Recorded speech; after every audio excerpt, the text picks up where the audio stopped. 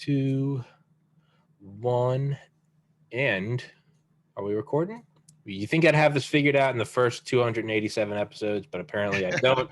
But we're recording with Mr. Larry Burns, author of Autonomy, which the audiobook will be linked in the top comment as always and in the description.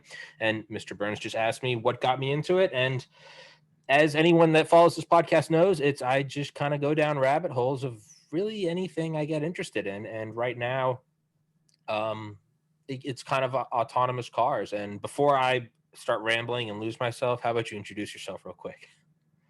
Yeah, well, I'm certainly someone who's been involved with engineering my whole career. I would say I'm an engineer from the top of my head to the tips of my toes. And I've been around cars my whole life, having grown up in Southeast Michigan. My dad had a diner in Pontiac, Michigan, and I started working there when I was 11, and we were feeding the people who worked in most of the auto plants in the area. So you can't grow up in Southeast Michigan without having cars in your blood. Yeah. And I became fascinated with the industry and had a long career at General Motors, and then ultimately left. I led research and development at General Motors. I led product planning at General Motors worldwide for a number of years. So that's pretty much my background, but I've been fascinated about transportation and technology in particular and how it's going to change the way all of us move around and interact. Yeah. And I love the similarity between, like, you watch early like documentaries or read books on like the first like punch card computers, like ENIAC or Maniac, and it's just, you look at it and you're like, how did everyone at the time was, what are you doing, you lunatics? But now it's iPhone. It's kind of the same thing with the Hummer driving around, rolling over, jumping over tabletops. And it's like, you're going to look at that. It's going to be 2050 and they're going to be like, hey, don't forget, this is where we started with driving cars. And, now it's going to be global autobahns and everything's going 250 miles an hour and self-driving. But where are we in terms of like what Ray Kurzweil calls like the tsunami of technology? For 99% of the tsunami's life, no one sees it except those looking for it. It's not until the last 1% of its life that the world becomes aware of it.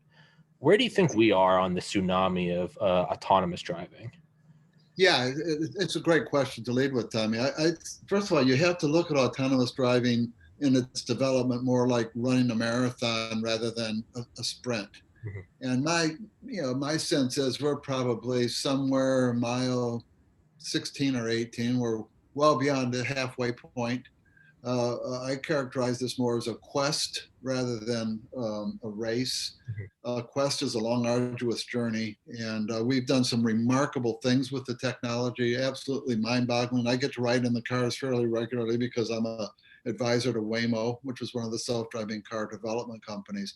And what we're capable of doing is absolutely amazing. Mm-hmm. But what human beings are capable of doing is also amazing. We've got these two little cameras in our head, and we have learned how to perceive things under a wide range of conditions. And while we talk a lot about the number of roadway fatalities worldwide, it's on the order of 1.2, 1.3 million a year. And in the United States, we have about 40,000 people a year die on the roads.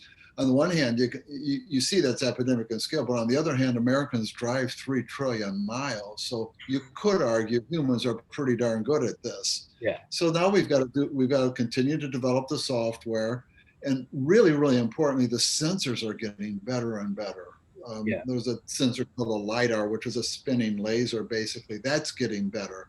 There's radars and there's cameras, and the Moore's law with the computer processing capability just continues to play out. So all of this continues to get better and better. So it's inevitable. It's a marathon that's inevitable. It's a quest.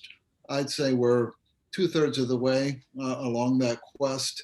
The first 99% of what we learned came pretty fast. The last 1% is probably proving to be harder than a lot of us envisioned at first. Keep in mind, the real breakthrough race in all of this was called the DARPA Urban Challenge, the Vincent Rand Research Projects Agency. This was grounded in a very, very important objective, which was to keep soldiers out of harm's way.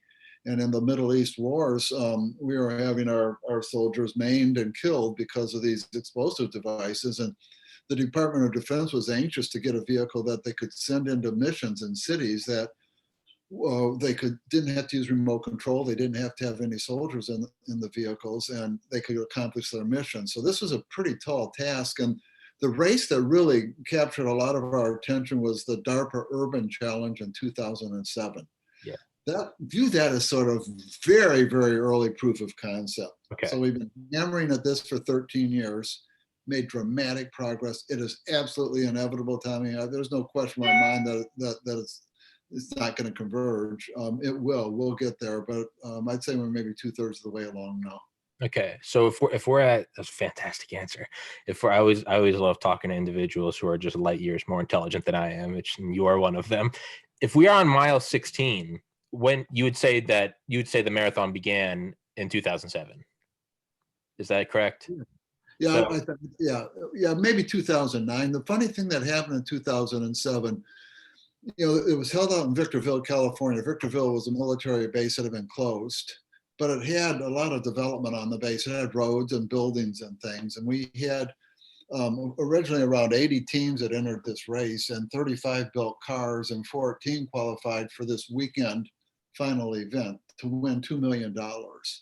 And we couldn't use, again, no remote control, no maps or anything like that. The car had to be smart enough to go through this series of tasks that we laid out there. ESPN covered the event. We had about 3,500 people there. And fortunately, the team that General Motors sponsored, that's who I worked for at the time, was leading R&D there. We sponsored Carnegie Mellon University, and our team won. And so I happened to be part of the ceremony on the stage to receive the $2 million check. I jokingly say GM needed the $2 million pretty bad. We were running out of money at the time, so he really needed it. I asked Tony Tether, the head of DARPA, when's our next race? And he said, Larry, we're not going to have another race. You guys have sort of mission accomplished. You've proven this is possible. Now it's up to the commercial sector to run with it. So I'm all excited. Hey, we're on our way. And I thought auto companies, including my own company, would jump at this and run at it hard, and they didn't. It took Google. Really, Larry Page and Sergey Brin were the only real big leaders, big company leaders that could see this was possible. And by 2009, they stepped up and said they're going to go for it with creating Google self-driving cars. The auto industry really didn't get into this, I think, in significant ways till 2015. So you could say we started the clock at 2007 and we're 13 years into it. I'd say in 2007, that race gave us crude proof of concept. 2009, a big player, Larry Page, Sergey Brin, Google stepped in. They're going to commit the resource to do it. That was a catalyst to bring in a lot of these other players. So I would say maybe the world's been running hard at this beyond Google for less than 10 years. Yeah. And we're approaching a tipping point. Let me talk about this tipping point a little bit, Tommy. It's important to understand. A lot of economists try to forecast market share and forecast the future. I like to joke, if you took all the economists in the world and laid them end to end, they still wouldn't reach a conclusion. So nobody knows for sure when you or other everyday people, I'm not saying you're just an everyday person, but when everyday people are going to be riding around in their own autonomous cars, no one could tell you that for sure. What I pay attention to is that magic moment where the technology is developed enough so we know we can create value. This is really going to be valuable to people. And we can create that and sell it at a price where the value exceeds the price, so people want it. Yeah. And that price exceeds the cost, so companies want to supply it. Yeah. I call that a market tipping point. Yeah. We're within 5 years of that with autonomous cars. And an example of a market tipping point that we're living through right now that we finally reached is electric vehicles. Mm-hmm. We have hit the electric vehicle tipping point. How do I know that? When a company like General Motors starts investing more of its capital and engineering budget in electric cars than combustion cars, we've tipped. Yeah. I mean, that's a really significant statement. When I led product planning at General Motors from 1995 to about 2009, we were spending around $15 billion a year to develop cars and trucks. Now that number is different today because GM went bankrupt and it's resized itself. So when you're spending more than half of something on that scale to develop electric cars, you know that's where the smart money is headed. So we've tipped with electric vehicles. I think we're in a 5-year window to tip with autonomous vehicles. And then the industry builds up the supply base, it begins to scale, and then it starts getting out there to everybody. Yeah. So that's how I would peg the timing. Yeah. Right. It's one of my favorite quotes, which I've used on this podcast in my defense, is the difference between madness and genius is profit margin. And it's right, because it's up until then, right? Elon Musk, electric vehicle, or self-landing rockets, or again, I mean, Google indexing the internet, right? It doesn't matter until all of a sudden someone's making cheddar on it. With Yeah, in fact, yeah, yeah. I mean, really, for any of this stuff to matter, for us to use autonomous cars to eliminate roadway fatalities, it has to scale on a huge yeah, scale. yeah, And I think the only mechanism out there that can cause things to scale on a huge scale is the market. I absolutely. mean, unless people don't want it, if people don't want it, you're not going to get it to scale. If companies don't want to supply it, you won't get it to scale. So you've got to drive the learning around the technology. What engineers do, and again, I said I was an engineer at the beginning, we make what's possible real. That's in simplicity what engineers do. Autonomous cars are possible, and we will make it real because there's a value creation that's going to take place. I mean, you take something like an over-the-road trucker That's who yeah, makes 70 to 80 cents a mile, and suddenly someone can do some of that over-the-road driving and not pay the 70, 80 cents a mile because it's autonomous. That's a market force. That's significant. Now, I'm concerned about people losing their job. I don't want people to misinterpret what I'm saying here. We have a shortage of truckers in the United States. yeah, And e-commerce is exploding, and truck transportation demand is skyrocketed. yeah. And so, I mean, the market will drive this, and that's what's going to scale it. And that's why you really have to focus on that tipping point. I feel like we're probably going to see, again, speaking from all of my experience in autonomous cars, right? A 30-year-old with a biology degree. But I feel like, in my limited knowledge, I always imagined it would start with trucking, because you would see trucking, you would see it at night when there's less stop and go, so less exchange or transformation of potential to kinetic energy and wearing of brake pads, just tiny things that add up when multiplied by, like you said, a trillion miles a year. Not only that, I feel like you would get into like drafting almost, right? Because there's a limit on the length that an automobile can be, but you could have, I mean, road trains that are not physically connected, but then overtake drafting. Absolutely. This whole concept of a virtual train Yeah. is really, really fascinating. And so I think your imagination really begins to go. Even think about recreation vehicles, which have found a new popularity under the COVID world we live in. Yeah. Imagine that you have a rec vehicle and you want to go. I live in Michigan. You want to go out west to Yellowstone Park, and you're dreading that drive through Nebraska Yeah. or the Dakotas because it's flat and boring, or Iowa. Now, if you could go autonomously, sleep in your RV, and Yeah. it's going Yeah. across the interstate system, and next thing you know, there's 2 or 3 RVs that get together and create a platoon, and you get Yeah. aerodynamic drag, and you start saving fuel and stuff like that. I think there's going to be all kinds of new transportation solutions for moving both people and goods. Yeah. And it's going to have an impact on air travel, because suddenly, if I can make a 500-mile trip and not have to spend my time driving, maybe I don't want to go to the airport and go through security and check in and cram into a plane with a whole bunch of other people. Maybe I'd rather ride. Yeah. So I think your observation is very exciting.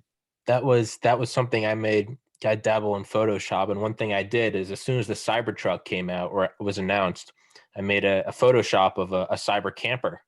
And my idea was, I was like, forget the whole cool, sleek car. I was like, imagine, because my family has a lake house about 12 hours from here. So in my mind, I was like, you put the destination in, and then you go to bed, and you wake up and you go from flat Maryland to you're looking at mountains in New Hampshire. And it's just, that's a revolution. It absolutely is. What's interesting about the interstate system, we have 47,000 miles of interstate in America. And a lot of those stretches of interstate are flat, straight, Mhm. reasonably nice weather. That's an easier autonomous driving challenge Yeah. than trying to drive around in the streets of San Francisco or in Yeah. Manhattan. Yeah. And some of the stretches of the interstate are much higher risk. And the data shows that out. There's a lot of telematics companies that collect data and truck crashes, but also evasive maneuvers by truck drivers, hard braking by truck drivers. So we've got a pretty good understanding of the 47,000 miles of freeway. which stretches you probably want to stay away from if you're nervous about risk, and which ones are really safe. So the reason I see this all as inevitable is the first really valuable markets that'll be out there will probably be these over-the-road truck stretches of the interstate that are nice and flat and straight. And you can begin to prove from an entrance ramp to an exit ramp that you can handle that. Now, that doesn't mean you can handle a snowstorm on Loveland Pass in Colorado Sure. at night, but suddenly you've got a business case from one entrance ramp to one exit ramp, and you can start running that business. And then a couple years later, you've expanded it to handle maybe some curves and maybe some mountains. And next thing you know, you've got half of the interstate covered, and then 2/3. That's how this will grow and play out. And I think the recreation vehicle industry will get very, very interesting. Now, let's say you can move freight without having to have the cost of the driver. The scale economy of the load, the reason the trucks are as large as they are is because you're trying to spread that cost, driver cost, over as many pounds, cubic feet of freight as you can. Suddenly, you don't have that scale economy. Maybe the truck doesn't need to be as big, and maybe you can have smaller trucks going more frequently. Okay. That's going to change the whole fundamental set of assumptions we've made about logistics and goods movement. I think is going to be ripe to be disrupted by this. Yeah, right. Because that's what happened with the Airbus A380, right? When Airbus started it in the early 2000s, and I'm a fan of it because it's fantastic, double decker full. I mean, how can you not fall in love with the thing? But it's tanking. The COVID is the, from again my understanding as a biology major, but COVID's really expediting its death and phasing out. And then who's taking the cake? It's the much smaller. It's like the Dreamliner, right? It's smaller, more frequent, smaller, I guess, flights as opposed to the giant whale. Yeah. So, yeah. When I finished up my mechanical engineering degree in the early 70s. I went over and got out of engineering a little bit to study public policy at University of Michigan. But in 1975, I was accepted to go do further graduate study at University of California, Berkeley. Okay. I lived in Michigan. I bought a 75 Chevy van, and it had the only windows was a windshield and the two door windows and two windows on the back doors. Yeah. And it was, just a hollow shell. And I customized it for camping. So I put some portholes in it, and I put some air vents in it, and I carpeted it and built some storage into it. And Tommy, I probably lived out of that van 70 to 90 nights a year for the next 4 years. And when I would go from Michigan out to California, I'd go by way of Alaska or by way of the Grand Canyon, wherever the road would take me. Geez, it was nice. It was really, America's just phenomenal. I hope everybody gets a chance to see all of our national parks and travel through some of these great places we have to offer. I would throw in Canada as well as phenomenal, because I'd go up to Alaska. But this lifestyle of being able to live out of your van is pretty nice stuff. Yeah. And imagine if you did it with an RV. I mean, I remember I took like an 8-hour train ride through Alaska once, and it was definitely not the fastest way. It was to a cruise ship. Like, you could have taken a plane, but man, if that train ride wasn't better than the cruise, big glass top, looking around, moose and mountains and clouds, and it's just blowing your mind. Imagine if you could do that with an RV.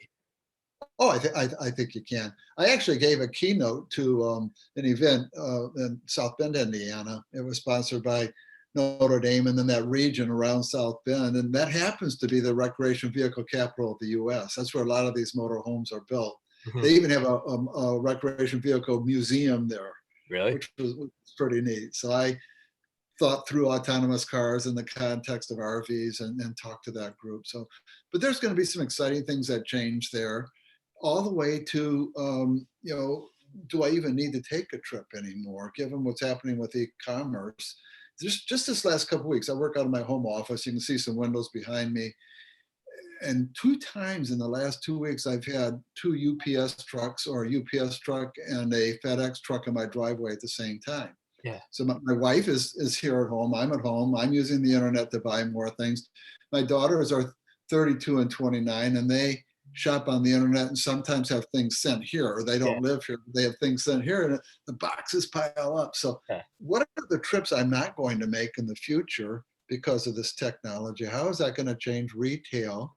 How does that change the corner gas station, because a lot of these vehicles will be electric. And in fact, people don't necessarily like to stop to buy gas today. No one really looks forward to having an eighth of a tank and saying, I've got to stop to buy gas. So you begin to take some of these negatives out of owning and operating a car, like looking for parking, like even shopping for the car. And suddenly this autonomous vehicle isn't just about you getting your time back as a driver. It's about fundamentally changing the economy. And in Yeah. my book, I talk about a $4 trillion disruption. $4 Yeah. trillion a year in the US is going to get spent differently. Some of that will go into the pockets of people because it's not going to be as expensive to move around. Some of it will go to other people making new kinds of livings because the jobs will change. And some of it will go to investors because they've made the smart choices on their investment. But I estimate there's going to be a $4 trillion per year redistribution of money in the US as a result of what's happened here. Yeah. I mean, I look at it even with this podcast just since COVID started. I mean, you can't see it, but all around me, I mean, hard drives and wires and USB ports and fans and laptop components and cameras and microphones, all from Amazon or somewhere online. And yeah, you're right. Just, how often do I see every day in 2020 just FedEx, UPS, USPS all right behind each other? And isn't Amazon, aren't they putting, I believe I heard this over Thanksgiving, aren't they, they've begun with their own transportation, I guess, fleet as opposed to using third party? Well, yeah, they have their Prime vehicles already. So you've got Yeah. Amazon Prime vehicles doing it. And if you go back about a year, there was a headline, two headline stories the same day about Amazon. I found them interesting. They were going to do large ocean-going vessels. So they've been developing those. And on the whole other end, they had these really small, almost beer cooler sized robots for robotic delivery. Yeah. So Amazon is a logistics company. I mean, we think about them as a retailer, but or e-commerce, but they're fundamentally a logistics company. They're all over these subjects, and they're creating strategic partnerships with companies or investing in different startups.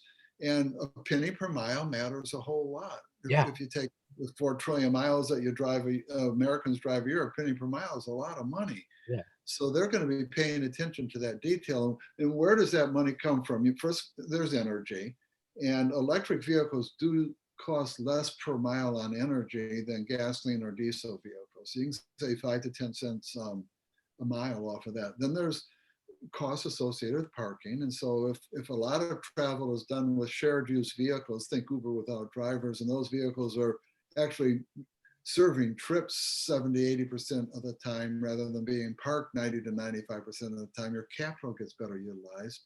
Then you're going to get depreciation because you have higher capital utilization and your financing. And then you get your time back as a driver. It's hard to estimate how much that is worth. It varies from all of us. Some people actually do like to drive, but when you ask them, do you like to drive in traffic and congestion? No, they just soon. In fact, I became convinced driving was the distraction. Why else would someone send a text at 70 miles an hour if they thought That's more more interesting. important than the driving? So Sure. this cost per mile thing becomes a very, very big deal. Insurance, if we have an autonomous driver, the world's best driver, it's going to be the world's safest driver, and we're not going to have nearly as many crashes. So the cost per mile of insurance drops enormously. So the work we did, this was a program I led when I was at Columbia University for a few years. We estimated that the typical cost per mile of an American owning and operating a typical car is about $1.50. Mhm. That's someone who makes average wage, that kind of a thing. We thought we could get it down to 20 cents. So it's $1.30. Yeah. And I mean, this is big time savings off of a $3 trillion, a 3 trillion mile a year of travel in the US. So Yeah. pennies per mile are a big deal. That's why Amazon's all over this. Yeah. Yeah, that's insane. And this, I guess, is just wild speculation, but that's the most fun thing. How long do you think unless I'm living under a rock, how long until you think we see an Apple car? An Apple car? Apple, Is yeah. it APPLE car? The company Apple, the iPhone Yeah, company. it's a great question. Let me step back from that a little bit Sure. because when I worked for General Motors, again, I had a very long career there. Yeah. And I joke that I started out of kindergarten, but I had a 40-year career with General Motors. And we always viewed our competition to be Ford or Toyota or Volkswagen. And then we had this big recession in the 2008, 2009, 10 timeframe. And during that timeframe, it was Google with self-driving cars and Tesla with electric cars and Uber and Lyft with transportation services that changed the game. And suddenly the competition for the auto companies aren't just the other auto companies, it's the tech companies. Yeah. So you've got Amazon and Apple and Alphabet, the parent of Sure. Google, you've got Microsoft, you've got Tesla. These are companies with market caps of 500 billion to over $1 trillion. Yeah. That's who the auto companies are competing with. And auto companies like GM and Ford, their market caps are about $50 billion. So it's 1/10 to 1/20th the market cap. So why I like your Apple question is who would have ever thought when you were at General Motors 15 years ago that Apple could be your competitor? Yeah. Now Apple's been in and out of this. They're not a very public company. It's very hard to read exactly what Apple's doing. But if you pay attention to some of the people they bring into their company, who they hire, some of them with automotive background, you've got to believe they're going to play somehow in this space. Absolutely. I don't think the winners, the companies of the future, are going to be the ones making the vehicles. Just like with the cell phone or your laptop computer, the computer manufacturer isn't the one necessarily making all the money. Yeah. Oftentimes the laptop was commoditized. It's the software, it's the apps, it's the value creating thing. Yeah. You know, Apple obviously is extraordinarily good at both making things because they make a lot of money making, selling, and I've got a MacBook Air that I'm Yeah. using right here today. But they're also very good on the software side. So to think that there was an opportunity to disrupt $4 trillion and Apple wasn't going to jump in and be part of it, that would be a little bit naive. Yeah. But again, they're going to be competing with Amazon and Alphabet and Microsoft and others and Tesla in this space. So it's going to be a very fascinating race. Now, back to your question, when do I think you'll be riding around an Apple car? I don't know. I don't know. I don't think you need to wait 20 years, Yeah. but I don't know whether they're going to jump in and actually make the car versus make the operating systems or the apps or manage the data, user interfaces, Sure. wherever they can find the value to create, that's where they'll play for sure. Sure. Yeah.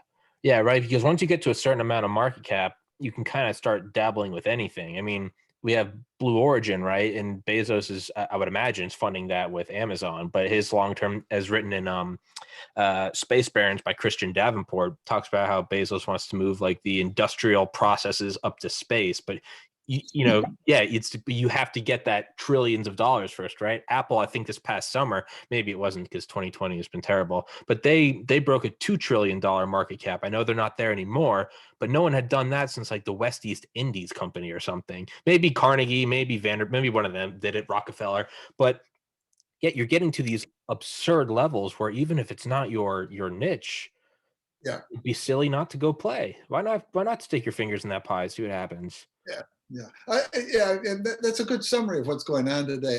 If you're a historian at all, there was a period in time like this before, and that's when Teddy Roosevelt was president. Yeah. So when we're ending the 1800s and going into the early 1900s, and there was a lot of concern about wealth distribution at that time. It was the coal companies, the rail companies, the oil companies, and the bankers who were doing what the tech companies are today. So it's huge concern about wealth distribution and wages were too low.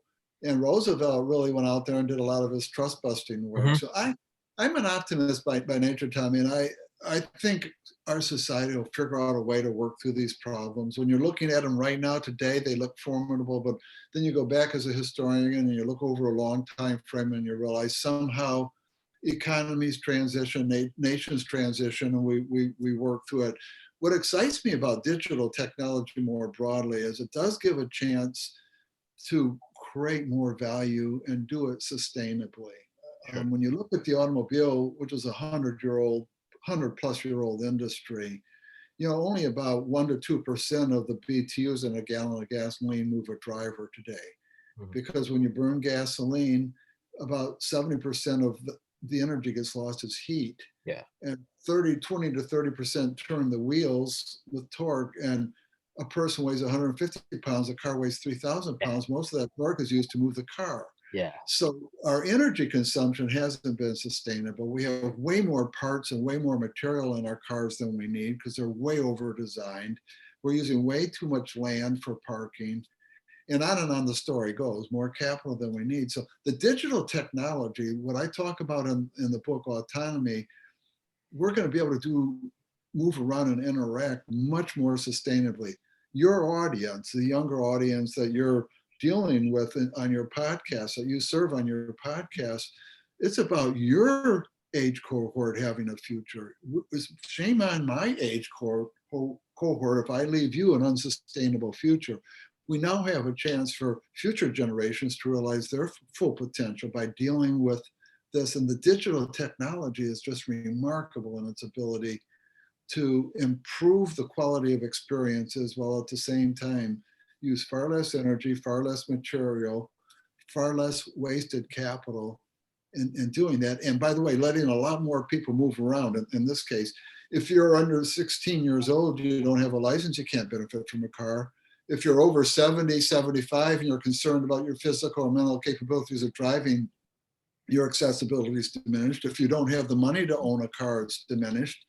Or if you're physically handicapped. So now what we're going to be able to do is have a lot more people realize this freedom. That's why we named the book Autonomy, this freedom to go where they want to, when they want to, without having to destroy the planet en route.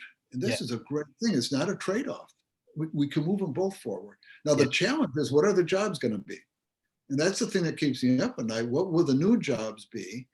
Because if I could do an autonomous electric car and design and engineer that with half as many parts as a combustion human-driven car, that's fewer jobs, not just fewer assembly plant jobs, it's fewer engineering jobs, fewer purchasing jobs, the whole value chain.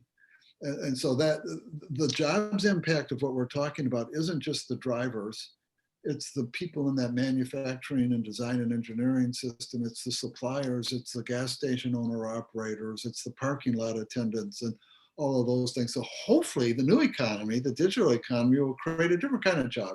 It's very important for teenagers up to 40-year-old people today. Very, very important as I think through that. That's why I wrote this book. I really felt it's a good thing to get to this future. Not everyone agrees with me, but I believe it's a good thing to eliminate car crashes, get off of the geopolitics of oil, to use our land better, our capital better, all of that stuff. I think that's a good thing. How do you get the good thing implemented? It's through collective will. And how do you get collective will? Through common understanding. So I wrote the book to try to help people better understand what's possible and at least hear my perspective on why I think that's a good thing. But this is about your generation. It's much more about your generation than my generation. You guys got so many exciting things to look forward to. Honestly, I said I'm an engineer. I wish I was 24 years old again, knowing what I know as an engineer, being able to participate in the kind of economies that are going to be created and the opportunities to make the world a better place for more people, and also have an opportunity to have a successful business along the way. Yeah. All of that.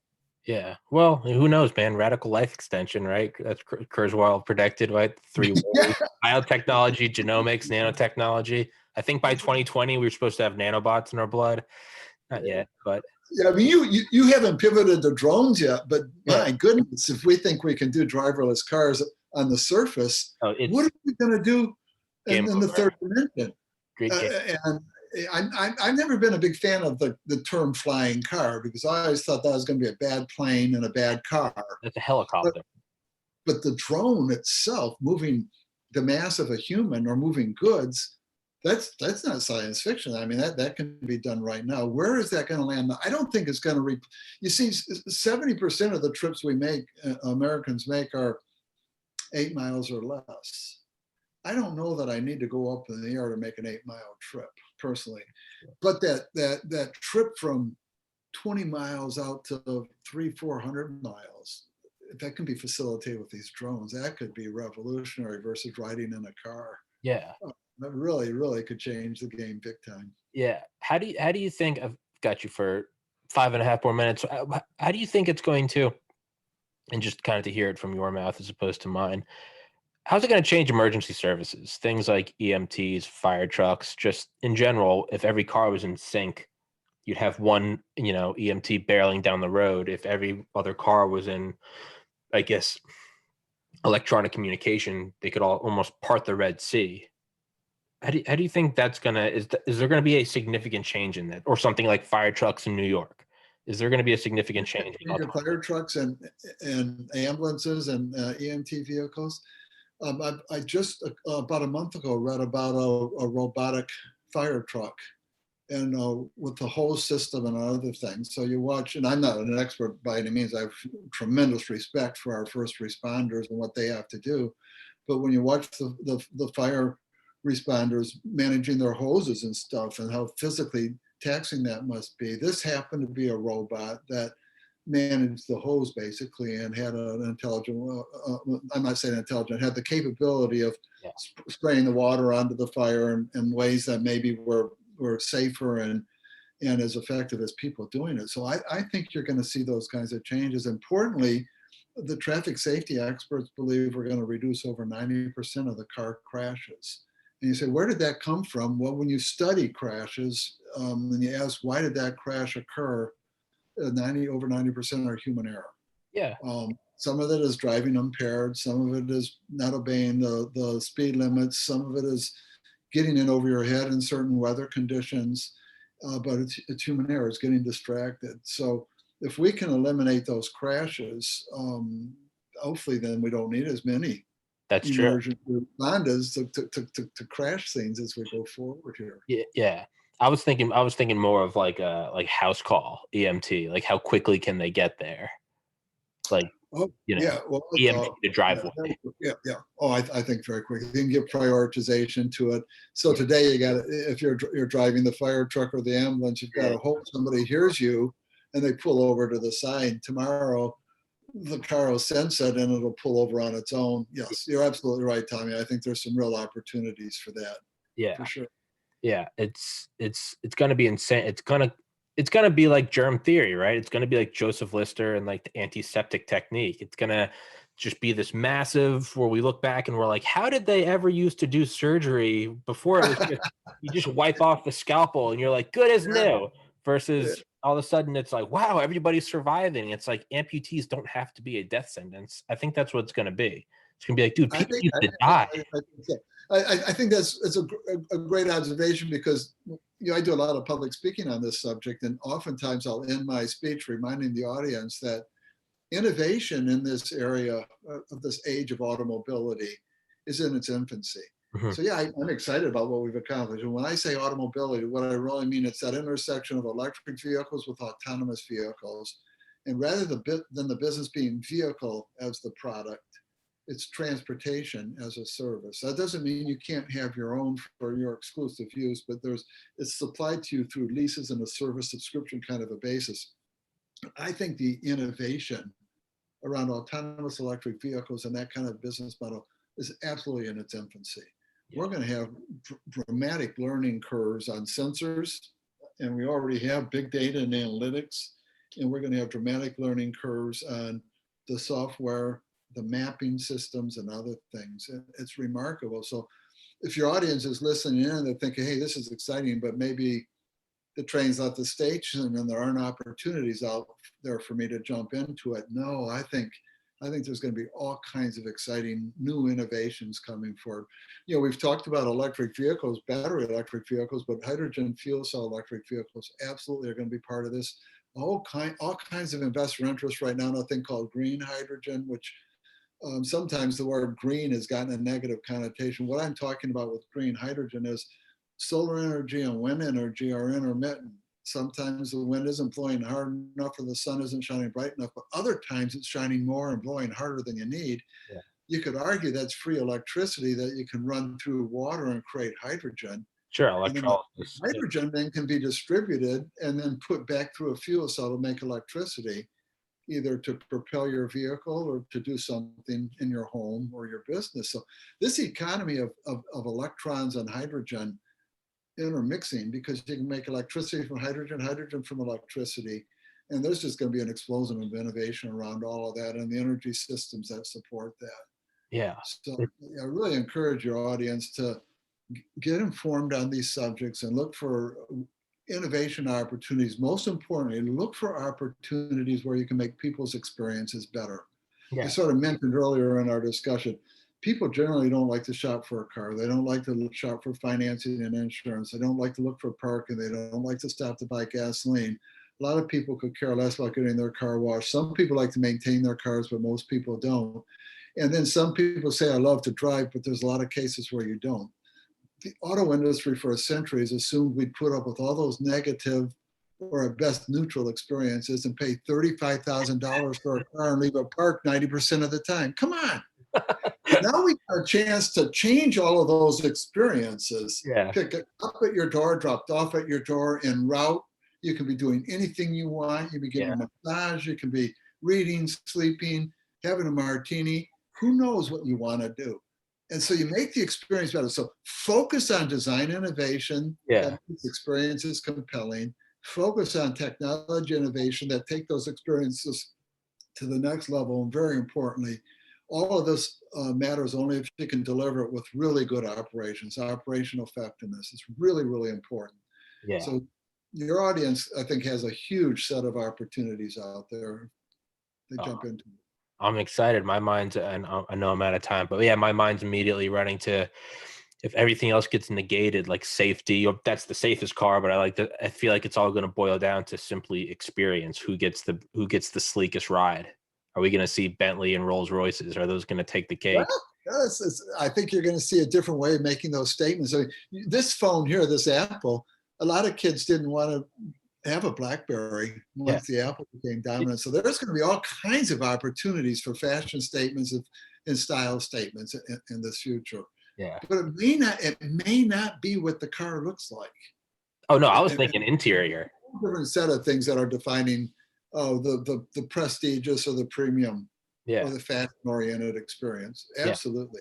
Yeah. No, my mind was not exterior. I was going to interior, because if everything is equally Oh, safe, it's going to be who has the rollback lazy boy, who has the frost glass, who has the sound system. That's what it's yes. going to be. It's Yeah. yeah, Yes, absolutely. that's It's going to be a lot of fun. it's going to be insane. No, I've kept you 2 minutes over that I said I would. Mr. Larry Burns, author of Autonomy, which will be sticking to the top comment and in the description. I've never recommended a bad book, so go grab it. Thank you very much, sir, and I will send you an email. I'd love to have you on again sometime and just pick your Sure brain. thing, Tom. Yeah. Good luck with your program. Yeah. Thank you, Thank sir. you. Yeah. All right. Bye-bye. All right. You have a good one. Bye-bye.